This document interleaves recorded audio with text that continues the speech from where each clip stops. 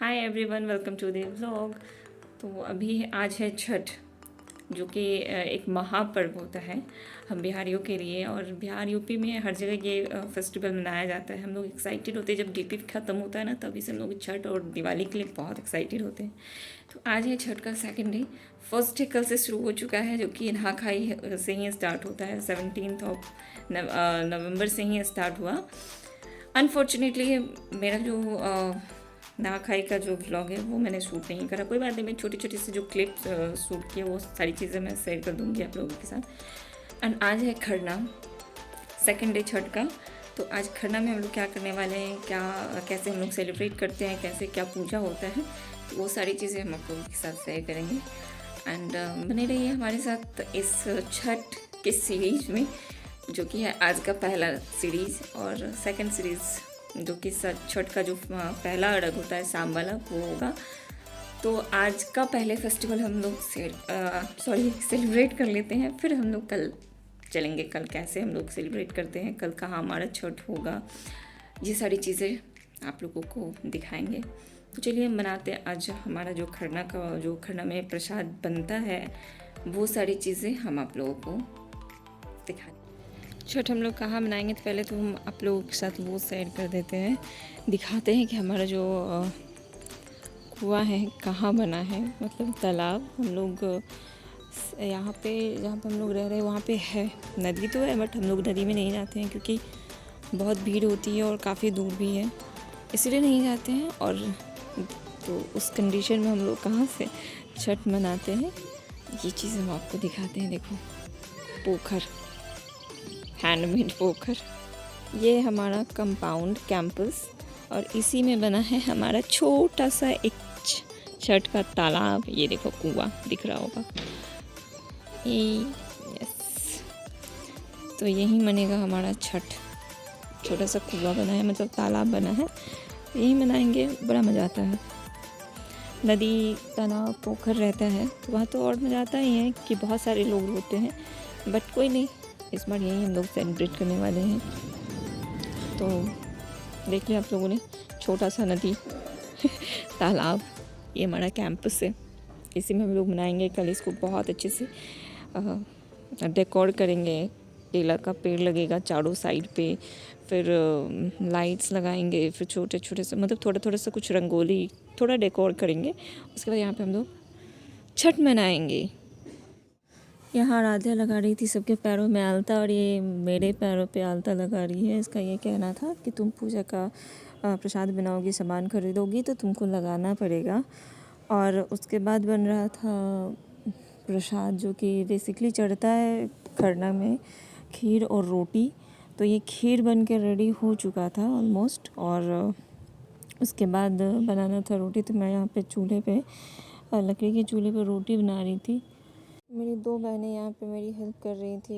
एक रोटी सेक रही थी, और दूसरी जो है वो रोटी में घी लगा रही थी। यहाँ पे खरना में जो रोटी चढ़ता है उस रोटी में घी लगा होना चाहिए, तो इसके लिए वो घी लगा रही थी रोटी में। फिर उसके बाद हमें करना था ये भगवान जी का जो चौका लगता है वो बनाना था, मतलब रेडी करना था। तो जो यहाँ पे मैं वही कर रही हूँ, जो पिठार होता है ना, चावल का पाउडर पीस के या फिर चावल फुला के पीस के पेस्ट बना के जो अर्पण बनाया जाता है सिंदूर के साथ, वो बनाना था। तो वही मैं बना रही थी यहाँ पे।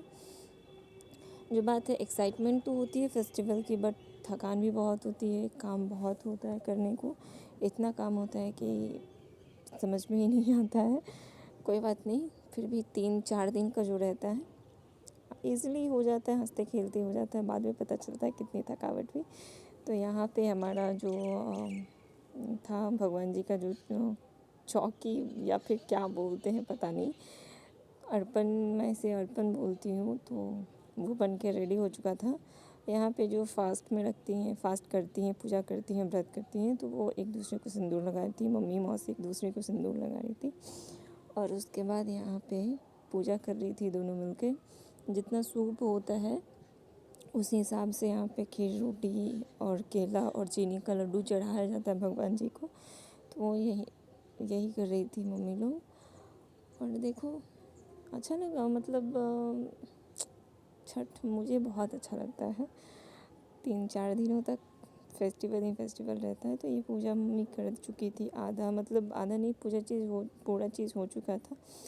और प्रणाम कर लो आप लोग भी, बहुत बाद ही जा रहा है वीडियो, कोई बात नहीं, प्रणाम कर लो।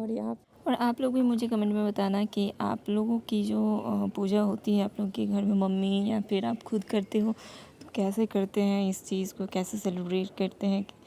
पूजा ख़त्म होने के बाद हम लोगों ने खाना खाया पिया, और खाना खाने और खिलाने में इतनी व्यस्त थी कि उस टाइम का जो वीडियो होता है वो ले ही नहीं पाए हम। तो कोई बात नहीं, यहाँ पे हम अपने आप को देख रहे हैं मिरर में, जो कि शक्ल अच्छी है नहीं, बट कोई नहीं, आई लव माई सेल्फ, ये वाली बात बोल के हम अपने आप को बहुत सुकून और शांति दिला लेते हैं, दिलासा दिला लेते हैं। और ये अभी हम अपने बालों में करने वाले थे चम्पी, ऑयलिंग काफ़ी दिनों से नहीं किया था, तो सोचे कि चलो अभी कर लेते हैं। और तो ऐसा हेड मसाज हो जाएगा, दिमाग भी शांत हो जाएगा, और टेंशन नहीं, मतलब जो दिन भर की थकान है वो भी ख़त्म हो जाएगा।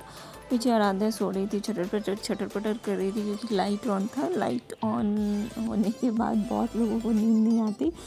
तो मुझे कमेंट में बताना कि किन किन को लाइट से प्रॉब्लम है। मुझे तो बहुत प्रॉब्लम है, लाइट चलेगी तो मुझे नींद ही नहीं आती है।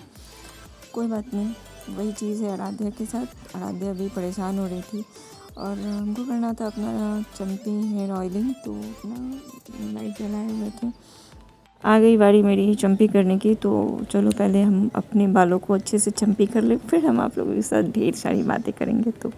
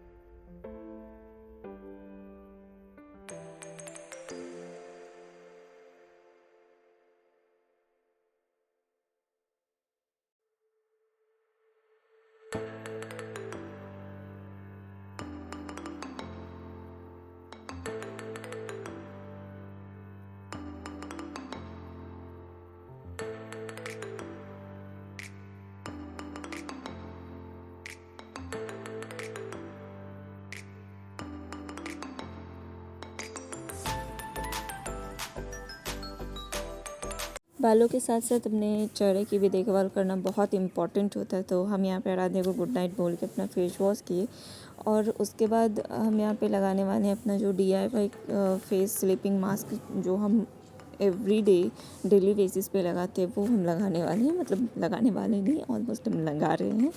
तो ये फेस मास्क कैसे बनता है, क्या बनता है, तो ये भी मेरे चैनल पे ऑलरेडी डाला हुआ है, तो आप वहाँ से चेकआउट कर सकते हैं कि ये फेस मास्क कैसे बनाएं। और ये फेस मास्क मुझे बहुत ही अच्छा लगता है। इंस्टेंट ग्लो जिनको चाहिए ना, वो ये ट्राई कर सकते हैं। और अभी तो वैसे भी मतलब अभी क्या, हर किसी को एक ग्लोइंग फेस सबको पसंद होता है, तो आप ट्राई कर सकते हो इस चीज़ को। तो आज का ब्लॉग यहीं पे एंड करते हैं, मिलते हैं हमारे नेक्स्ट ब्लॉग में, तब तक बाय।